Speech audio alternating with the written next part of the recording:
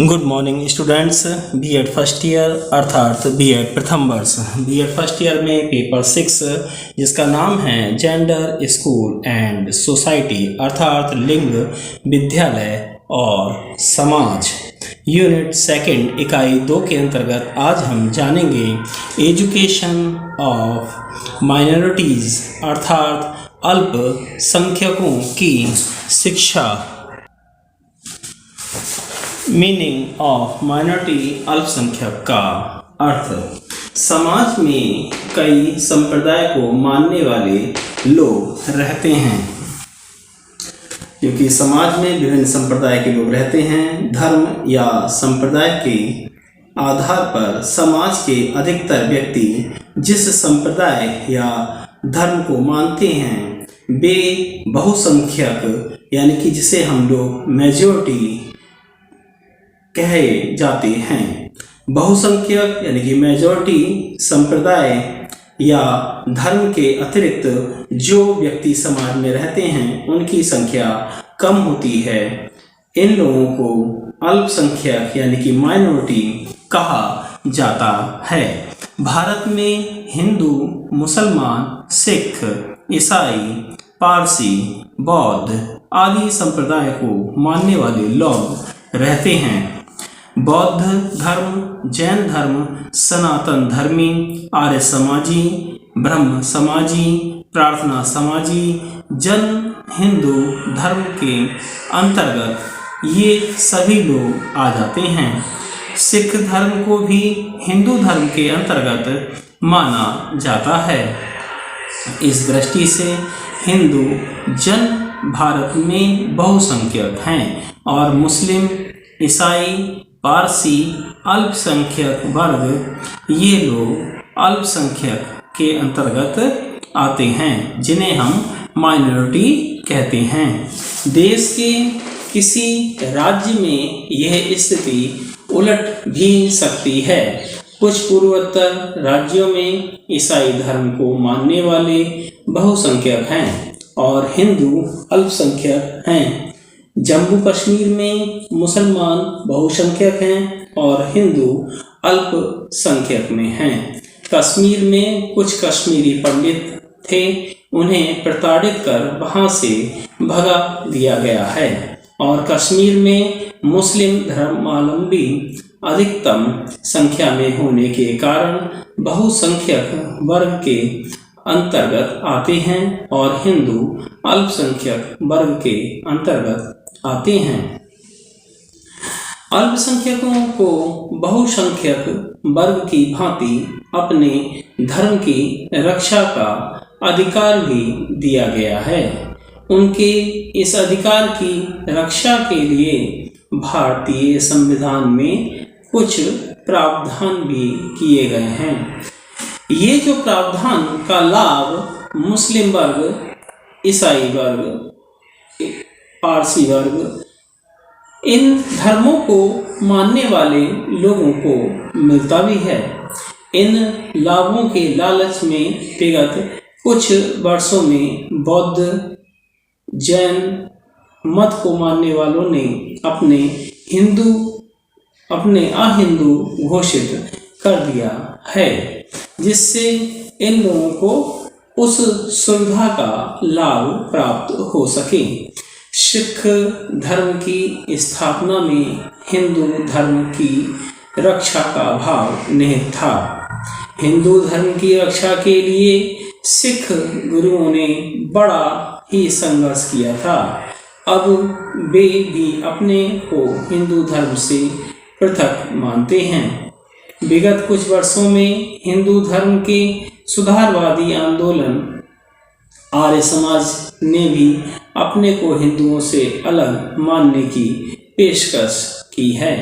स्वामी विवेकानंद ने भारतवासियों से कहा था कि यदि तुम गर्व से कहो कि हम हिंदू हैं तो उन्हीं के द्वारा स्थापित रामकृष्ण मिशन ने भी अपने को अल्पसंख्यक का दर्जा दिलाने की मांग की थी।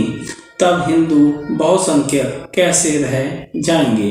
यह वास्तव में एक विचारणीय प्रश्न है। संप्रदाय और पंथ को छोड़ दें तो भाषा और जाति के आधार पर भी बहुसंख्यक और अल्पसंख्यक की बात की जाती है। अल्पसंख्यक के अर्थ का ये दूसरा आयाम है। हिंदी भाषी बहुसंख्यक हैं, अन्य भाषाभाषी अल्पसंख्यक हैं। पिछड़ी और अनुसूचित जातियां बहुसंख्यक हैं, उन्हें बहुजन समाज कहा गया है। अन्य जातियां अल्पसंख्यक हैं, किंतु अल्पसंख्यकों की सुविधा के संदर्भ में अल्पसंख्यक का अर्थ संप्रदाय, धर्म का पंथ पर आधारित धारणा के रूप में ही लिया जाता है। अल्पसंख्यकों की शिक्षा से हम भी यहाँ पर मुस्लिम धर्म, ईसाई धर्म, पारसी धर्म, बौद्ध धर्म आदि अल्पसंख्यकों की शिक्षा से ही अर्थ ग्रहण करेंगे। स्वतंत्रता प्राप्ति के साथ ही भारत वर्ष में सांप्रदायिक दंगे होने लगे थे और आपस में जो प्रेम भाईचारा बाधित हो गया था। काफ़ी मुस्लिम पाकिस्तान में भी चले गए थे और लगभग 93,000 लोग बिहार से भागकर बंगला में चले गए थे। नाव खालों में बलात् धर्म परिवर्तन की घटनाएं हो रही थीं।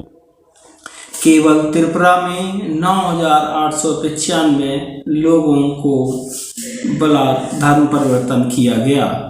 लेडी माउंटबेटन ने उस दिन 2 मई 1947 उत्तर पश्चिम सीमा प्रांत के दंगे वाले स्थानों का दौरा भी किया था। अमृतसर और अंबाला में हथियार बरामद भी हुए थे एवं कर्फ्यू की अवधि भी बढ़ा दी गई थी। देश में फैले ऐसे वातावरण के कारण पटेल को असेंबली से ये आग्रह करना पड़ा कि ना तो यहाँ बाहरी बातों की चर्चा करें और ना ही यहाँ पर कोई ऐसी बात कहें जिसका बाहर बहुत बुरा असर पड़े। बाहरी परिस्थितियां बुरी हो जाने के कारण सदन में अल्पसंख्यकों के संबंध में प्रस्ताव शीघ्रता से पारित किए गए। अगला पॉइंट हमारा आता है facilities of minorities in educational institution. शिक्षण संस्थाओं में अल्पसंख्यकों को सुविधाएं। संविधान सभा में अल्पसंख्यकों के विषय में 1 मई 1947 के दिन ही सरदार वल्लभ भाई पटेल ने वाक्यखंड 18 में प्रस्तुत किया, जिसका पाठ निम्नलिखित था। इसमें बताया गया था कि हर इकाई के अल्पसंख्यकों की भाषा, लिपि और संस्कृति की रक्षा की जाएगी और ऐसे कानून या व्यवस्था का निर्माण नहीं किया जाएगा जिनसे इन बातों पर विरोधी असर पड़े। कोई भी अल्पसंख्यक चाहे वे धार्मिकता के आधार पर हों या संप्रदाय के आधार पर हों अथवा भाषा की दृष्टि से राष्ट्र की शिक्षा संस्थाओं में प्रवेश पाने से वंचित नहीं रहेगा, न उन पर कोई धार्मिक शिक्षा अनिवार्य रूप से लागू की जाएगी। सभी अल्पसंख्यक चाहे उनका आधार धर्म संप्रदाय हो या भाषा, किसी भी इकाई में अपनी पसंद की शिक्षा संस्था स्थापित करने को स्वतंत्र होंगे। राज्य शिक्षा संस्थाओं को सहायता देते समय अल्पसंख्यकों की धर्म संप्रदाय या भाषा पर आधारित शिक्षा संस्थाओं के प्रति भेदभाव नहीं रखा जाएगा। इस बात का हमें विशेष रूप से ध्यान रखना होगा। कोई भी अल्पसंख्यक, चाहे वे धार्मिकता के आधार पर हो या संप्रदाय अथवा भाषा की दृष्टि से, राष्ट्र की शिक्षा संस्थाओं में प्रवेश पाने से वंचित नहीं रहना चाहिए। न ही किसी भी अल्पसंख्यक को कोई धार्मिक शिक्षा अनिवार्य रूप से लागू की जाएगी। सभी अल्पसंख्यक, चाहे उनका आधार धर्म, संप्रदाय हो या भाषा, किसी भी इकाई में अपनी पसंद की शिक्षा संस्था स्थापित करने को स्वतंत्र होंगे।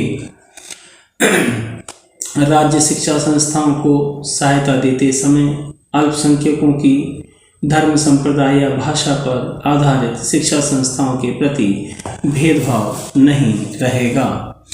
महावीर त्यागी और मोहनलाल सक्सेना दोनों प्रतिनिधियों ने इस बात पर जोर दिया कि चूंकि देश के विभाजन होने की संभावना है, अतः इस प्रस्ताव पर अभी विचार न किया जाए।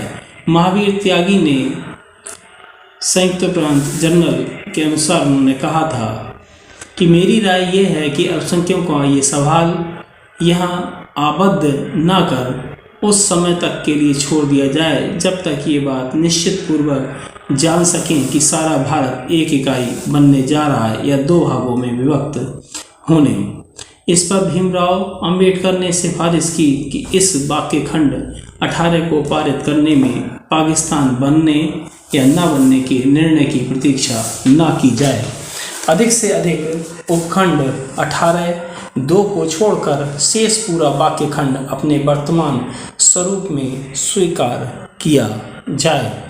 इस प्रकार केवल उपखंड 18(2) एडवाइजरी कमेटी के पास संशोधन के लिए भेजा गया और समय हो जाने के कारण 1 मई 1947 की बैठक समाप्त हुई। इस संबंध में ये भी ज्ञात है कि ब्रिटिश शासन के भारत में केवल कुछ मुस्लिम अल्पसंख्यकों को पृथक मतदाता क्षेत्र का आरक्षण दिया जाता था और सिख तथा अन्य सामान्य मतदाताओं की श्रेणी में गिने जाते थे, जिनमें हिंदू तथा अन्य सम्मिलित थे। Thanks for watching. धन्यवाद।